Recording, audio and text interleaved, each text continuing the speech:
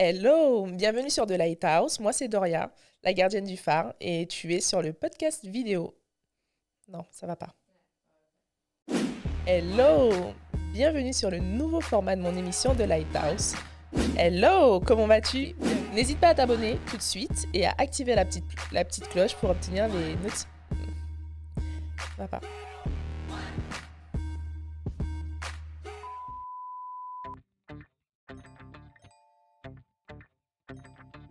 Hello, bienvenue sur la nouvelle émission de Lighthouse. Chaque semaine, je t'invite à rencontrer un ou une nouvelle invitée. N'hésite pas à t'abonner et à activer la cloche pour ne surtout rien manquer. À tout de suite. Bonjour à tous et bienvenue sur un nouvel épisode de The Lighthouse. Alors aujourd'hui, j'ai l'immense honneur, l'immense plaisir et l'immense privilège de recevoir une femme que j'admire énormément. Déjà parce que je suis utilisatrice de ses produits depuis longtemps et aussi parce que aujourd'hui, elle va me faire vraiment l'honneur de participer à mon podcast pour parler de son parcours. Elle s'appelle Kelly Massol. Kelly, déjà merci d'avoir accepté mon invitation et bienvenue sur The Lighthouse. Merci. Alors comment tu vas ? Moi, je vais bien. Je vais très bien en ce moment. Ouais, ça va. Ouais. C'est le calme avant la tempête, je le sais, donc je profite de ces instants-là. Bon, alors pour ceux et celles qui peut-être ne connaissent pas Kelly, je vais te laisser te présenter. Donc je suis Kelly Massol, j'ai 37 ans, je suis la fondatrice de la marque Les Secrets de Loli. Les Secrets de Loli, c'est une marque qui existe depuis 2009, que j'ai créée dans ma cuisine à l'époque, en tant qu'autodidacte en formulation cosmétique. Et la marque est dédiée à tous les cheveux texturés, c'est-à-dire les cheveux non lisses, crépus, bouclés, frisés, ondulés. D'accord, ouais, bon voilà, très clair. Je pense que tout le monde a peut-être déjà entendu ou même vu un de ces produits passer. Enfin, aujourd'hui, on ne les présente plus. Moi, ce que j'aimerais comprendre aujourd'hui et ce que j'aimerais faire avec toi, c'est comprendre qui était Kelly, comment tu es arrivée à créer cette marque et aujourd'hui, comment tu verras demain aussi avec les Secrets de Loli. Est-ce que tu peux nous dire de quoi tu rêvais plus jeune ? En fait, le truc, c'est que j'ai créé ma marque à 25 ans, donc plus jeune. Okay. Plus jeune, on va dire. Avant 25 ans, est-ce que tu avais déjà l'idée de ce concept ? En fait, avant ça, il y a eu une histoire. Il y a eu une histoire qui est à la fois personnelle et pas si personnelle que ça. À l'âge entre 19 et 20 ans, en fait, par une nuit d'insomnie, j'ai créé un forum à l'époque qui s'appelait Bouclé Coton. Bouclé Coton, ça a été le premier forum francophone dédié à l'entretien du cheveu afro au naturel. D'accord. C'est-à-dire qu'à l'époque, tu trouvais des forums, Facebook n'existait pas. Non, ouais. Et donc à l'époque, tu trouvais des forums où on discutait de tout et de rien. Il y avait beaucoup de forums dédiés à l'entretien des cheveux et surtout comment se défriser correctement ou éventuellement faire des soins. Mais rien n'était spécifiquement dédié à l'entretien du cheveu au naturel. J'ai ensuite demandé à 3 autres administratrices à l'époque de me rejoindre parce que j'avais créé ça comme ça. Je ne sais pas pourquoi ce qui m'était passé par la tête. Et c'est comme ça qu'à terme, Bouclé Coton a créé sa propre association de militantisme. Parce que du coup, tu as fédéré une vraie communauté autour On de a ce fédéré forum, une vraie communauté. À la fin, on était de plus de 15 000 inscrites. Ah oui. Dont même on voyait passer des adresses en L'Oréal.fr. On ne sait pas si c'est des employés ou si c'est L'Oréal qui se disait tiens, il se passe quelque chose. Donc plus de 15 000 femmes qui s'intéressaient à la composition de leurs produits, comment entretenir leurs cheveux au naturel, mais qui aussi parlaient à la fin de tout, de rien, de mode, de livres et plein de choses comme ça. En fait, on a grandi ensemble. Et on a grandi autour de cet amour du cheveu crépus, bouclé, frisé au naturel. D'accord. Donc la communauté était vraiment très forte. On a créé l'association.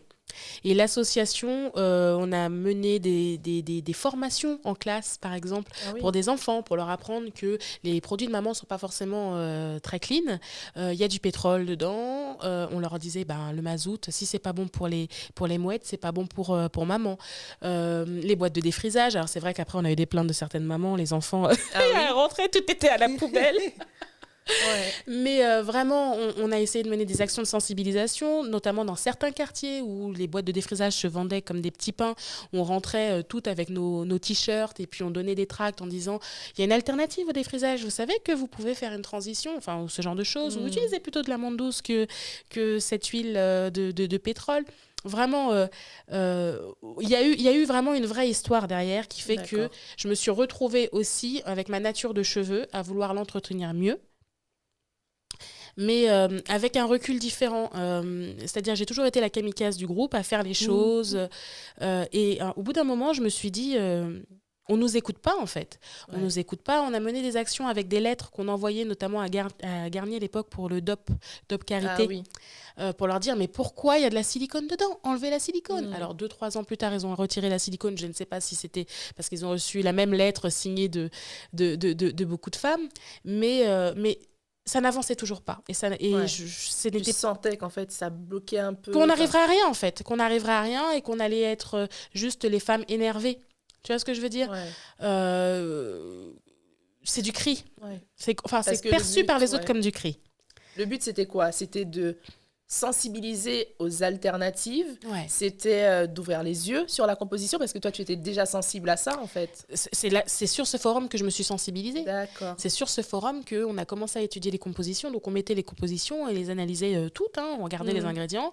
Et puis, on mettait des notes. On a été la première application. Ouais.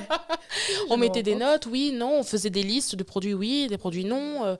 On essayait vraiment de s'en sortir dans la jungle des cosmétiques C'est dédiés ça. aux cheveux non lisses. Beaucoup d'imports à l'époque, beaucoup d'imports US, beaucoup de boîtes de défrisage. À l'époque, donc c'était en 2002-2004, à l'époque, 9 femmes sur 10 se défrisaient.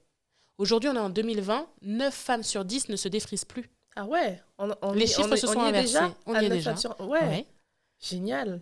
Ok. Donc, quand les gens me parlent de phénomène de mode, la mode nappy, c'est plus une mode, c'est un mode de vie. C'est pas une mode, c'est pas un phénomène de mode. Les gens appellent ça nappy, natural and happy. Mais nous, à l'époque, on avait des débats en disant non, nappy, c'est censé être péjoratif, c'est pas censé. Alors, c'est vrai qu'on a retransformé le mot pour essayer d'y apporter une positivité. Mais à l'époque, quand on voyait une fille non défrisée dans la rue avec un afro, franchement, des fois, on traversait la rue, on s'échangeait nos numéros. Mm. Tellement que c'était rare, C'était tu rare, vois. c'est vrai. Donc, il y avait vraiment une sensibilité autour de ça Ouais. et il y avait vraiment quelque chose qui s'est fédéré. Et moi, j'ai voulu faire plus. J'ai voulu faire plus, donc j'ai commencé à composer mes propres produits juste pour moi-même. Mais à l'époque, Aromazone n'existait même pas. Mm. Aromazone venait de se lancer sur le marché quand moi, je commençais déjà à tambouiller dans ma cuisine. D'accord. Et donc, les ingrédients, je les achetais au Canada, je les achetais aux USA ou en UK. Mm. Donc, Tu j'ai analysais commencé en comme fait ce ça. qui était bien pour ton cheveu. Et Ouais, tu en essayais de fait, créer quelque chose, ouais, des voilà, soins. des Tu soins partageais pour aussi sur ton moi-même. forum en disant voilà, j'ai testé ça. Exactement, exactement. On avait des crèmes fétiches avec des petites formules fétiches qu'on s'échangeait, D'accord. qui marchent bien pour un tel, qui marchent bien pour un tel. Et puis en fait, je me suis vraiment pris de plaisir pour la savonnerie et ça. Il faut bien se rendre compte qu'à l'époque, je faisais 136 kilos, j'étais hyper jeune, j'étais salariée. Il y avait une sorte de frustration aussi. J'avais besoin d'un exutoire. Et donc, j'ai commencé à fabriquer. Et à l'époque, j'en avais partout. Ouais. Donc, j'ai commencé à fournir les copines. Et puis, Ok. les copines des copines. Et puis, les collègues. Et puis, à un moment, je me suis dit, ouais, comment on lance une marque? Comment on fait? Je me rappellerai toujours, naïvement. Je commence à composer des numéros. Bonjour, voilà, je voudrais savoir comment faire pour lancer des produits. Parce qu'en fait, mon but a toujours été que tout soit carré et comme les grands. Tu voulais déjà que ce soit déjà assez pro, Ouais. que tes produits ressemblent à déjà quelque chose Ouais. de pro. Je refusais de donner de la médiocrité, en fait. On nous servait de la médiocrité et des miettes de ce que l'industrie cosmétique voulait nous donner depuis des années, qui fait que quand tu te regardes dans la glace, à un moment, tu fonds en larmes parce que tu te dis, le problème, c'est moi et mes cheveux. En fait, il y a un moment, tu te dis pas, non, le problème, c'est le produit.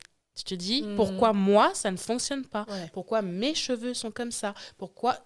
Et moi encore, j'ai un caractère fort, mais je sais que ça a détruit l'adolescence de Bien certaines sûr. femmes. Et à ce moment-là, c'est hyper important pour moi de dire, OK, je veux faire un truc, mais je veux qu'il soit quali. Je veux que quand tu as le produit entre les mains, tu saches pas forcément que c'est de l'artisanal ou tu saches pas forcément aussi que c'est une fille qui n'y connaît rien en formulation cosmétique, qui est autodidacte, qui l'a fait. J'ai eu de la chance de croiser 2-3 personnes au téléphone qui m'ont guidée vers un chimiste et à qui je lui ai montré, ben voilà ce que je Voilà fais. ce que je fais. Et c'était comment? Ça ressemblait à quoi à cette époque-là? Oh, mais à l'époque, on était sur... Non, on était sur des produits, dont certains produits qui ont été en vente. Ah ouais. Ah oui, oui, oui. Et il m'a dit, ce que tu fais, en fait, t'as un don. Ce que tu fais, en fait, c'est hyper qualitatif. Il y a des gens, des étudiants en chimie qui seraient incapables de faire ce que tu es en train de faire. Donc, moi, je vais t'aider. Si tu fais tes formules, moi, je les révise.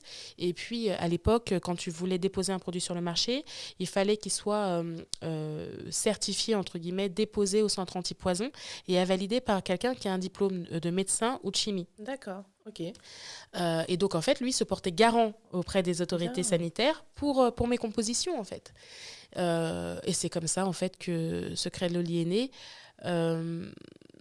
Surtout le jour où il m'a mis un flingue sur la tempe en me disant j'étais tellement avide de questions. Il me dit si tu t'es pas immatriculé au 1er février, au 1er février de je sais plus quelle date, je réponds plus à tes questions. Ouais. Et donc, ça avait déjà pris une ampleur en fait. En fait, non, j'étais tellement... En fait, il voyait que j'avançais pas. Je fabriquais, je faisais des formules. J'avais des super produits, mais je les sortais pas, en fait. Il restait pour toi, pour tes copines? Ouais, j'avais rien, ça bougeait pas.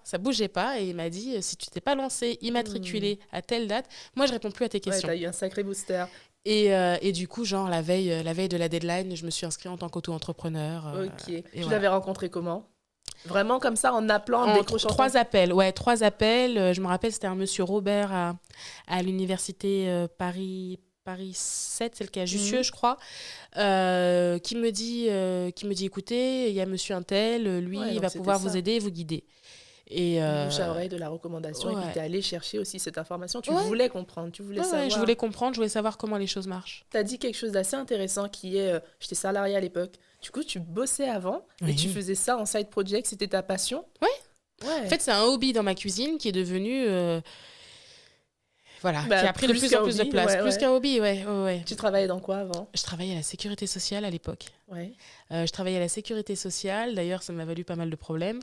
Parce que tout le monde entendait parler de tes produits? Non, pas vraiment, mais parce qu'en fait, à l'époque, tu n'avais pas le droit de cumuler 2 activités. Oui, ouais. Donc, en fait, c'est un jeu de chat et de la souris avec ma direction. Mais pour moi, c'était un hobby.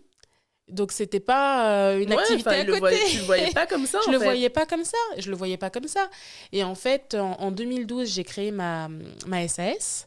Et j'ai ouvert ma première boutique, donc rue Coriolis, dans le 12e. Parce qu'ils m'ont mis en fait un coup de pression et qu'ils m'ont licencié.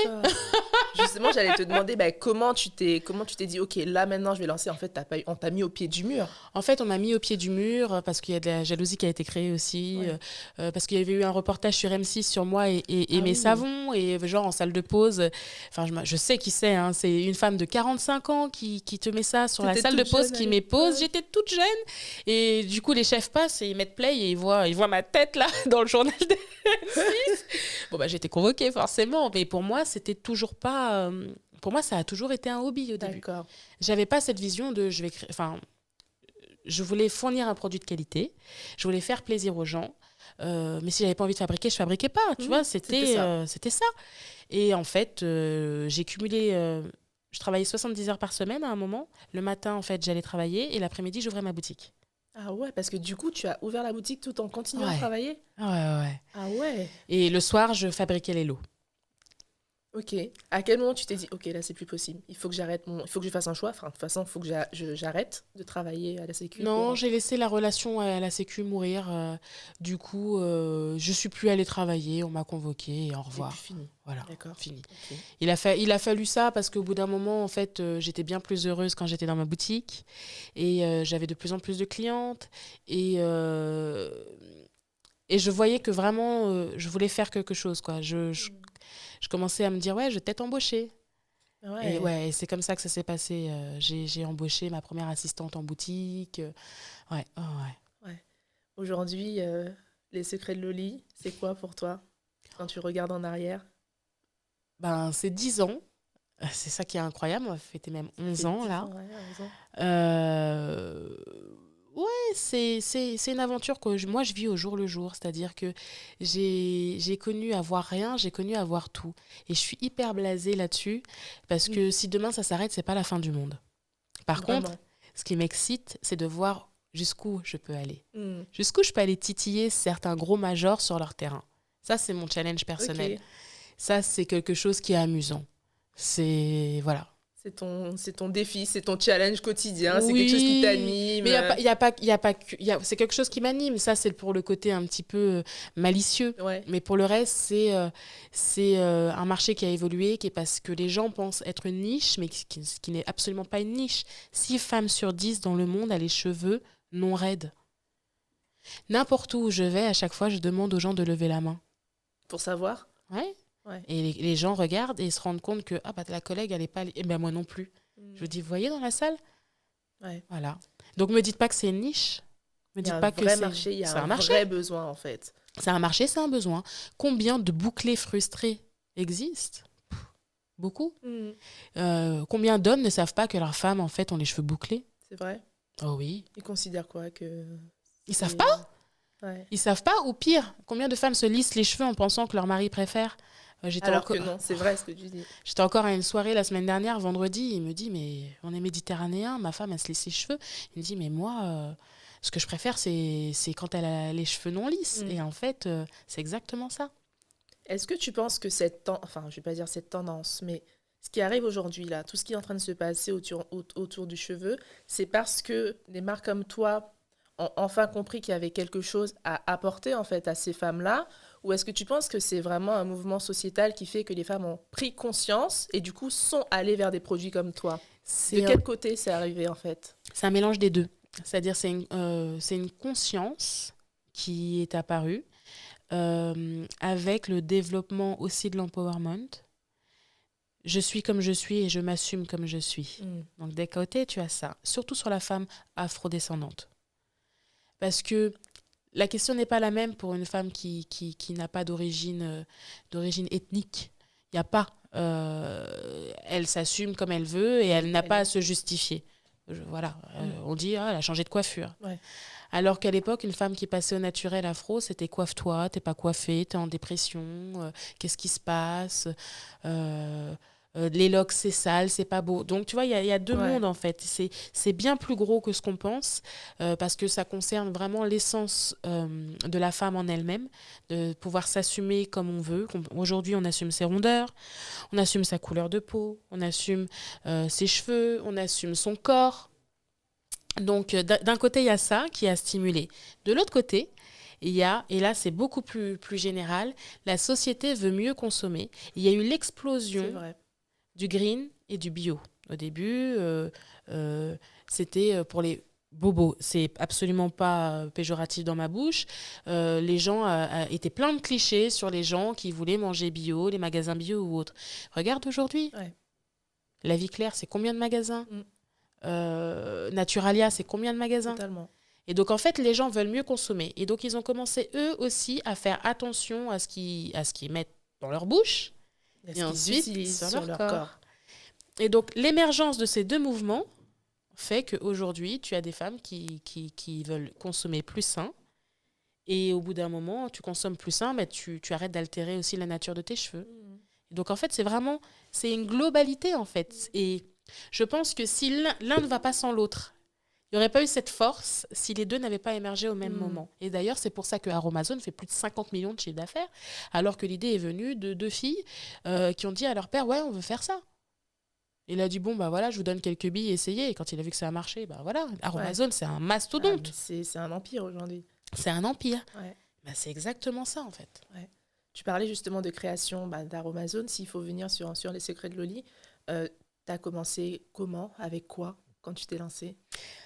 Aromazone à l'époque ne vendait qu'une trentaine d'huiles essentielles quand j'ai commencé, donc c'est absolument pas là. Non, le homemade, ça a toujours été très canadien, très, très américain. Moi, j'ai commencé surtout sur la savonnerie au début, les barres de savon pour le corps ou pour les cheveux, parce que quand tu maîtrises la saponification à froid, c'est-à-dire l'utilisation de la soude caustique et des huiles végétales, j'aimais le danger, le risque et le fait que si à une goutte près, tu peux vraiment foirer ta formule. Et t'as appris ça toute seule? Oui. Oh oui, autodidacte de A à Z. C'est les recherches Internet. Qu'est-ce qui t'animait à ce moment-là? Parce qu'effectivement, tu disais que tu avais créé ce forum, tu cherchais en fait à comprendre, à partager. Mais qu'est-ce qui t'animait vraiment pour que tu ailles jusqu'à comprendre comment créer un savon? En fait, moi, j'aime savoir comment fonctionnent les choses, tout de A à Z, tout le temps. Donc, là, c'est tombé sur les cosmétiques, mais avant ça, c'était la pâtisserie. Justement, Donc, j'allais te demander, tu penses que ça aurait pu être autre chose? bien sûr, bien D'accord. sûr. Ça aurait pu être la pâtisserie. Aujourd'hui, tu vois plein de boulangeries spécialisées, type l'éclair, tu vois, ou autre. C'est Les vrai. choux, bah, ça, c'était mon délire à l'époque, hein. Avant de faire des cosmétiques, c'est ce que je faisais dans ma cuisine, hein. Ok. Donc, tu as commencé par la pâtisserie. Ouais. C'est pour ça que ça se ressent dans les produits, dans les odeurs, dans les Ok. textures. Moi, avant de créer une formule, je crée pas une formule. Déjà, je crée une formule sur papier. Mais avant ça, je pense d'abord à la texture. Tu Et as envie ensuite, qu'on ressente quelque chose, ouais, ne serait-ce qu'au toucher. ouais. Ok. C'est d'abord la texture, ensuite l'odeur et ensuite les bienfaits. J'ai un mode up dans ma tête. C'est une vraie expérience client que Ouais. tu recherches. Ouais, parce qu'en fait, mon but, c'était, OK, on va faire le plus naturel possible, mais par contre, il faut que ce soit agréable. Il faut pas que ça reste, il faut pas que ça sente la... je vais rester... il faut pas que ça sente le vétiver ou... uniquement, tu vois ce que Ouais. je veux dire? Il fallait que ça sente bon, il fallait que ce soit girly, il fallait que ce soit sympa à l'utilisation. Mm. Et aujourd'hui, les packaging, l'odeur et les textures représentent ma personnalité un petit peu, j'allais dire, Mm. chatoyante. Ouais, mais tu sais, c'est vraiment ce qui accroche, je pense, parce que moi, enfin, pour prendre mon exemple à moi, c'est vraiment, je recherchais quelque chose où c'était carré niveau composition, où j'avais même pas à m'inquiéter. Mais j'avais aussi besoin de fun, en fait. Mais c'est Je ça. me disais, tout ce qui existe aujourd'hui, c'est bio, ça sent Mhm. ce que tu veux pas dire, Mhm. enfin, je sais pas, enfin, l'herbe, le bio, en fait. Mhm. Alors que non, en fait, moi, j'aurais bien aimé avoir quelque chose qui sent bon, qui sent le bonbon presque. C'est pour ça que Lush a explosé, même si je dirais pas que leurs compositions sont 100% naturelles, mais c'est pour ça que Lush a explosé. Mm. Moi, je peux pas rentrer chez Lush parce que ça me pique le nez, parce que j'ai trop l'habitude de travailler avec des pourcentages de matières naturelles et des parfums Ouais. beaucoup plus doux. Mm. Mais moi, quand je vais devant Lush, je trouve ça génial, le concept. Mm. Ben, c'est exactement ça, et Ouais, c'est pour ça que totalement. Lush a cartonné. Ouais. Euh, Ouais, mais t'as prouvé que c'est possible, en fait, de faire ça. De faire du sain, bien, du sain, fun, Ouais, et c'est sain, le coloré. but. Après, la pression, maintenant qu'on est plus gros, elle est différente, parce qu'il y a beaucoup d'attentes sur mon dos. Ah ouais, Tu vois, tu as cette ouais. impression-là? Oh, c'est pas cette On te impression, le dit? c'est tous les jours. Tu sais, il y a des femmes, on leur demande quand est-ce que c'est le bébé, et moi, c'est quand est-ce que c'est le nouveau produit. Ouais. Ouais, Comment tu sors tes produits? Comment t'as l'idée de sortir de nouveaux produits? Sous la douche. Ouais. C'est vrai? Oui, toujours. Toujours. T'es là, tu te douches, tu dis, ah bah tiens, il me manque quelque chose, Ouais. j'ai envie de. Ouais, les deux. Les deux. Ok. Les deux. C'est un peu égoïste, hein. C'est pas moi d'abord, mais en fait, je ne pourrais pas vendre à mes clientes un produit que je n'utiliserais pas. Mm. Et du coup, les gens me disent, t'es une excellente commerciale. Je suis pas une excellente commerciale, c'est juste que je crois en ce que je fais et que je peux pas regarder quelqu'un droit dans les yeux et de lui vendre un produit dont je sais qu'il va pas ni la satisfaire, ni faire le taf. Mm. Après, j'essaye au max, si ça peut arriver, hein, bien entendu. Bien sûr. Mais j'essaie toujours d'identifier, quand j'étais en boutique, j'ai toujours essayé d'identifier le bon produit pour la bonne personne. Ouais. Des fois, il y a des gens, ils étaient sur un produit, non, utilisez ça, et puis plutôt ça. Ok. Oui, mais c'est parce que Tu réponds en fait à j'essaie de vraies d'identifier. attentes, Ouais. J'essaie d'identifier, j'essaie que les gens qui m'entourent aussi arrivent à identifier le besoin. Parce que là, t'as qu'une chance, surtout quand t'es petite, tu n'as qu'une seule chance. Mm. Tu vois. Ouais. Et parfois, les gens me disent, je dis, bah écoutez, essayez ce produit-là et vous allez revenir. Pas besoin, ne prenez pas toute la gamme, Mm. prenez juste ça. Et à tous les coups, les gens revenaient et revenaient accompagnés. Ouais, c'est ça en fait. Ouais. Qu'est-ce qui a été le plus dur par rapport à tout ce que tu parles, toutes ces années d'entrepreneuriat? Qu'est-ce qui a été le plus difficile pour toi? Il y a plein de choses qui ont été difficiles. Tu sais, l'histoire des secrets Loli, elle est ponctuée de tragédies C'est vrai. et de bonheur. C'est vraiment quelque chose. Déjà, les secrets Loli, c'est pourquoi? Loli, c'est comme mon oncle, qui était comme mon père adoptif, qui m'a franchement élevé depuis l'âge de 3 mois. C'est comme ça qu'il m'appelait. Il t'appelait Loli. Il m'appelait Loli Spoon, exactement. Donc, quand j'ai créé la marque, ça s'appelle Les Secrets Loli. Pourquoi? Parce qu'en fait, je voulais pas qu'on sache ce que c'est. Je veux que ton imaginaire travaille déjà. Qu'est-ce que c'est? Alors, on m'a dit, c'est de la lingerie. En fait, tu as sorti le nom et tu voulais qu'on devine ce qu'il y avait derrière? Non, que tu n'aies pas d'a priori, en fait. Ah, Que tu Mhm. découvres. Donc, il m'appelait comme ça depuis que j'avais l'âge de 5 ans. Donc là, c'était déjà un signe pour lui, en fait, de reconnaissance. Et puis j'ai grandi, effectivement, avec une grand-mère qui était anti-défrisage. Donc, j'ai eu cette chance-là. D'accord. D'avoir mes premiers défrisages très, très tard, avec mes premières décolorations. Justement, j'ai été j'allais te blonde. demander, est-ce que tu as eu l'occasion de défriser tes cheveux un jour dans ta vie? Une fois, j'ai assoupli. J'ai eu, enfin vers 16-17 ans, j'ai eu cette envie-là et de blond en même temps. Ça fait les deux. Donc voilà. Mais l'histoire des secrets de Loli, c'est des moments vraiment merveilleux. Et des moments... Ma vie, c'est un film. Non, je t'assure... On prendrait 5 épisodes pour raconter tout ça. Non, mais je vais te donner un exemple. J'ai été opérée. Je me sens pas bien, je finis mes lots de chantilly, je vais à la poste, je dépose et je prends un taxi, je vais à l'hôpital et finalement ça a terminé en 2 semaines d'hospitalisation parce que j'avais une maladie nosocomiale et on m'a dû me réopérer. Ah ouais? Ouais, mais il fallait livrer les chantilly. Donc toi c'était... Non, les chantilly d'abord, mais tu te sentais déjà pas bien en fait. Ah oui, non, je tremblais de partout, je savais pas ce que j'avais. Et du coup tu t'es dit, ok, on livre, on après on va voir ce qu'il y a. Après on va voir ce qu'il y a. Ça c'est des... Ah ouais. Mais voilà, ça c'est des coups classiques. Après... quand je te dis, il y a des vecteurs de bonheur et de malheur. Quand j'ai signé un de mes premiers gros contrats, c'était à l'époque avec MGC. Les magasins MGC, c'était plus d'une dizaine de magasins. Et à l'époque, donc mon oncle travaillait avec moi et il me dit, je lui dis, je veux pas y aller, je refuse, je veux pas être vendu là-dedans, avec tous les a priori qui vont avec.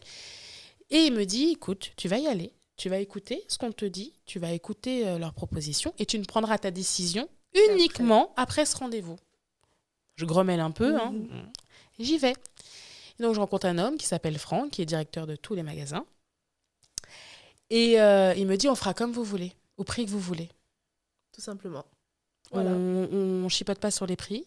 Non, on achètera au prix que vous voulez et on mettra en avant comme vous voulez et on fera... Mais ils m'ont déroulé le tapis rouge. Je comprenais pas. Et au retour, finalement, forcément, mon état d'esprit avait changé. Je sors du rendez-vous et j'appelle mon oncle.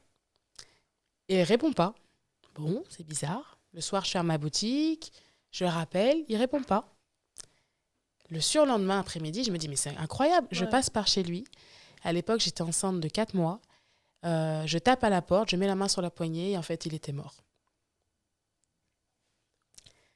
Wow. Le jour où j'ai rencontré mon bras droit actuel, sur le dernier conseil que mon oncle m'a donné, et ben en fait, c'était son dernier conseil business. Et la rencontre que j'ai faite effectivement derrière, on n'a pas tout de suite travaillé ensemble, mais maintenant, l'homme qui m'a demandé effectivement de revendre les produits à l'époque chez MGC est actuellement notre directeur général.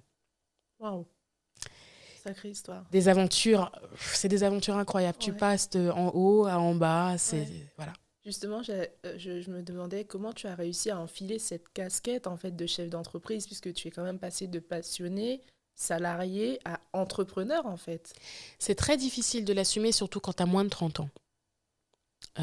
C'est parce que surtout quand tu es autodidacte.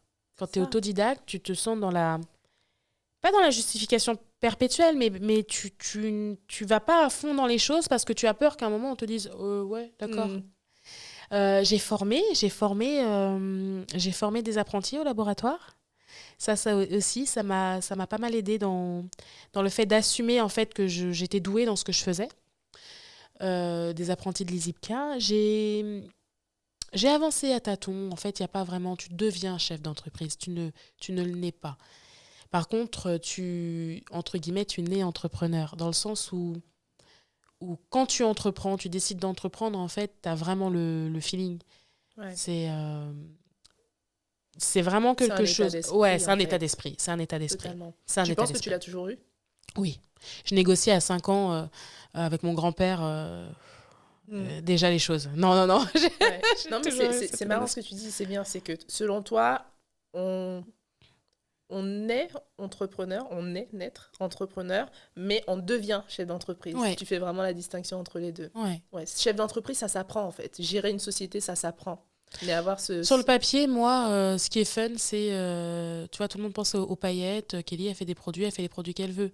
Non, derrière, tu gères une comptabilité, tu gères des ressources humaines, tu gères des délais, tu gères des commandes, tu peux gérer parfois beaucoup de cash, alors que, tu vois. Ouais. Donc oui, tu dois gérer un réseau. Alors quand tu es un peu sauvage des fois non mais voilà, tu dois gérer plein de choses. Chef d'entreprise, c'est une map beaucoup plus grosse que entrepreneur. Totalement. Tu peux entreprendre et être tout seul, c'est pas le problème. Il y a plein de gens qui se gèrent tout seuls, qui font les choses et qui font les choses bien. Être chef d'entreprise, c'est vraiment gérer les profils, les sensibilités des uns et des autres, un marché aussi. Totalement. Tu parlais justement de Franck qui est devenu ton bras droit, l'importance de bien s'entourer. Est-ce que tu peux nous en parler ? L'importance de bien s'entourer et d'avoir une équipe avec le même état d'esprit, les mêmes objectifs, pas forcément la même maturité, parce qu'on grandit tous et à des rythmes différents, mais c'est fondamental. C'est-à-dire que les secrets de Loli, en ces 3 dernières années, effectivement, tout le monde te le dira, ça a explosé. En 2020, c'est quoi ? C'est 2000 produits secrets de Loli vendus par jour. Donc, je suis passée donc, à la main, en 2009, à l'industrialisation, quand mon oncle est décédé parce que je suis tombée enceinte en 2015. Et en fin 2017, Franck est rentré dans l'équipe et on a décidé de restructurer, donc de tout rendre plus carré. Donc on a changé de logisticien, on a viré la logistique, on a fait en sorte de lisser les stocks, on a fait en sorte d'avoir des objectifs, parce qu'avant ça, on n'avait pas d'objectifs, on vendait ce qu'on vendait. Ouais. On faisait un peu de promotion ou autre et on se contentait, entre guillemets, de... Voilà, il n'y avait pas de stratégie de développement sur le marché.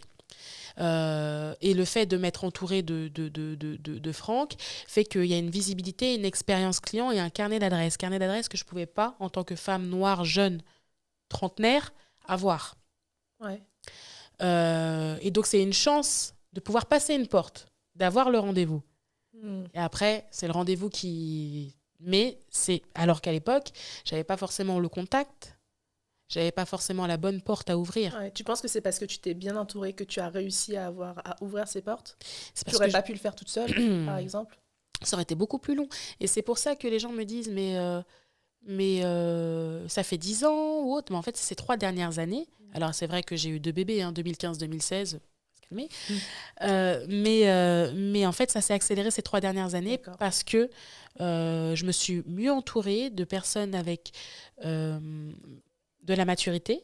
Et on a un binôme qui est hyper strange. On est un binôme où, en fait, tous mes défauts, il les assimile et il les temporise, en fait. Et du coup, c'est hyper agréable parce que quand ça va pas, j'ai une porte. Je finis, c'est bon, t'as fini, ok, repars. Merci. Parce que t'as la solitude du chef d'entreprise. Ouais. Tu l'as ressenti, ça ? Il y a un moment, je l'ai ressenti dans ma propre boîte. À un moment, je voulais même plus aller travailler. Il y a eu un moment où je me sentais mal, je marchais sur des œufs, tout ce que je devais demander à mes employés, t'arrives, ça chouichoui, qu'est-ce qui se passe ? Non, ça a été tragique. En début 2019, jusqu'à juillet 2019, ça a été une période très difficile dans la boîte parce que comme on a mis des objectifs chiffrés, c'est là où tu vois que les gens, ils se dégonflent. Ça a complètement tout bouleversé, ils n'étaient pas habitués à ça. Ils n'étaient pas habitués à ça. Ils pensaient avoir le mindset pour ça, mais ils ne l'avaient pas. Donc, on leur a donné un objectif qui, à l'époque, en 2019, était bas. On leur a dit, notre objectif, c'est de faire 1,2 million. Ouais, ok, on fonce. On s'est mis autour de la table. Vous êtes tous d'accord ? Ouais, t'inquiète, on va gérer ça. 3 mois plus tard, ça commence à cafouiller. Ouais. Ok. Et après, ça cafouille. À la fois, les ventes augmentent, parce que nous, on est en train de tirer la machine, moi et mon collègue. Et de l'autre côté, tu sens que ça freine. Tu dis, mais qu'est-ce qui se passe ? Parce qu'ils trouvaient ça pas réaliste. Ils n'y croyaient pas. Plein de choses. Ouais, mais t'es sûr que c'est l'objectif ? C'est pas ce qu'on voulait faire. Un coup, tu dis blanc, un coup, tu dis noir. Mais même si j'ai envie de dire un coup blanc, un coup noir, c'est comme ça que ça se passe, en fait. Le marché, il est pas figé. Des fois, c'est action-réaction. Tu as une opportunité, tu la saisis. Et ça les faisait paniquer. Je te jure, il y a eu des opportunités qui ont été saisies Et limite, les gens, ils vont dire à une journaliste de Elle, ah bah non, j'ai pas la bonne photo, plutôt le mois prochain. What the fuck? Ouais. Attends, tu viens de dire à la journaliste de Elle que tu vas pas... Mais trouve une solution, en fait. Donc ça manquait, en fait, de cette réactivité-là que tu recherchais. Qui est nécessaire quand tu cherches à scaler. Donc le 1.2 s'est transformé en 1.4, qui s'est transformé en 1.8 et on a clôturé à 1.9. Sauf qu'en fait, en juillet, tout a pété. Donc il y a eu des ruptures conventionnelles, il y a eu même jusqu'à la stagiaire, c'est la pomme pourrie, tu sais, qui a infecté tout le panier. Même la stagiaire, on a dû lui dire au revoir parce qu'elle était plus dans le bon mood. Et on a eu des répercussions pendant X temps encore. Et en juillet, en fait, 2019, on recrute donc quelqu'un d'autre. Et là, cette fois-ci, on a dit, attends, là, il nous faut quelqu'un. Il faut que la personne elle soit comme ça, comme ça, comme ça. Il faut qu'elle réagisse comme ça. Il faut qu'elle ait l'esprit start-up. Ouais. Et pas l'esprit petite TPE, l'esprit start-up. Ça veut dire que quand ça court, ça court. Ouais. Quand ça freine, on se pose, on profite un petit peu. Et quand ça court, il faut y aller, en fait. Il faut y aller vite. Et on a eu de la chance. On a eu Amélie qui a rejoint l'équipe, qui n'est pas du tout dans la cible. Alors, je l'adore, hein, mais pas du tout dans la cible. Petit carré lisse, hyper jeune, plus jeune que celle qu'on a remplacée à l'équipe de la tête du marketing. Et qui, elle, sortait d'une start-up qui avait scalé. Ouais, donc ils étaient passés de 500 à 2,5 millions, comme ça. Donc elle savait les coups de bourre. Elle a géré les réseaux sociaux seule en juillet et en août. Elle a tout effacé, elle est revenue à zéro. À l'époque, elle les a récupérés, il y avait 17 cas. En juillet 2019, là, on est sans faire du sponsoring, hein, on est bientôt en octobre et on est presque à 75 cas. Et c'est que de l'organique. Elle a géré de fou. Ouais. Elle a géré de fou. Justement. Et ensuite, on est parti que sur des profils comme elle, de gens qui savent que ça va être dur, en fait, que ça va être dur, que c'est pas parce que t'as 300 likes sur une photo, ça y est, pull-up, t'es arrivé au bout. Les likes ne représentent rien. C'est jouer à la dinette, ça. C'est hyper important. Moi, mon mindset, il a changé en 3 ans. Du like pour du like, moi, ça ne m'intéresse pas. Derrière, il faut que ça encaisse. Être à des dîners, être à des soirées, moi, j'ai 2 enfants. Moi, je préfère rester chez moi. Par contre, quand j'y vais quelque part, il faut que j'ai un objectif. Je vais passer certes une bonne soirée, mais franchement, le temps, c'est hyper important. C'est un temps de qualité que je peux passer avec mes enfants. Il faut que quand je sorte de chez moi, il faut qu'il y ait quelque chose derrière. Sinon, autant rester... Moi, mon but, ce n'est pas la photo sur Instagram. Ce n'est pas du tout ça. Ouais. Il y a un but derrière. Tu fais les choses parce que tu as un projet derrière, tu as un objectif et voilà. Génial. Franchement, on serait resté des heures à t'écouter parler, mais c'est très, très motivant, c'est très boostant. On va pas tarder à conclure, mais avant de conclure, j'aimerais te demander comment tu vois les secrets de Loli dans 10 ans. Tu te permets de rêver de tout.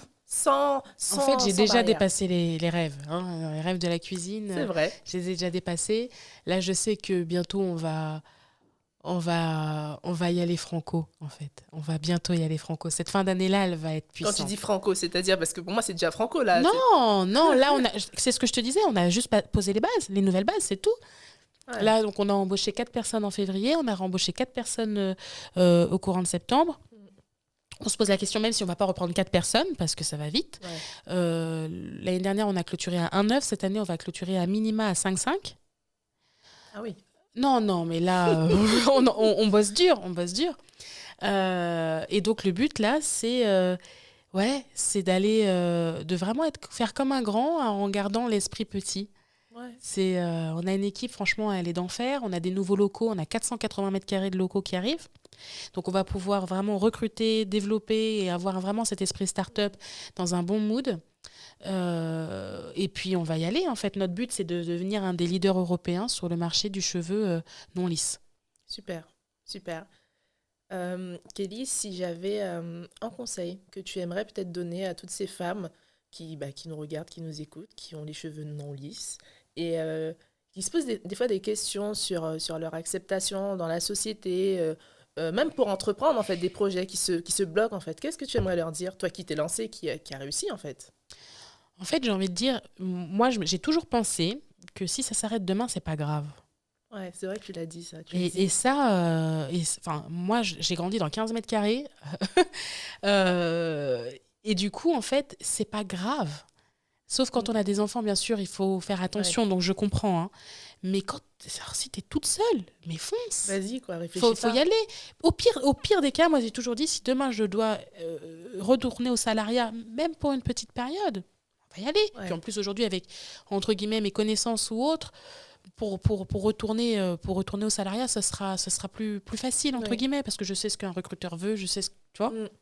Après, tu as ce lâcher-prise, en fait, qui fait que tu relativises pas mal de choses et que tu vis aussi l'instant présent en te disant, là, c'est génial, je kiffe. J'ai appris ces 2 dernières années à célébrer les victoires. Alors ça, c'est quelque chose que je ne faisais pas et ça t'épuise et ça épuise tes équipes.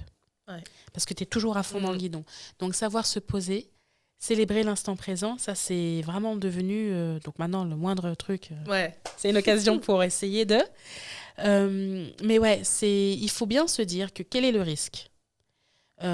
Si le risque, il est calculé, tu investis tant et ça ne fonctionne pas, il faut toujours avoir un plan B.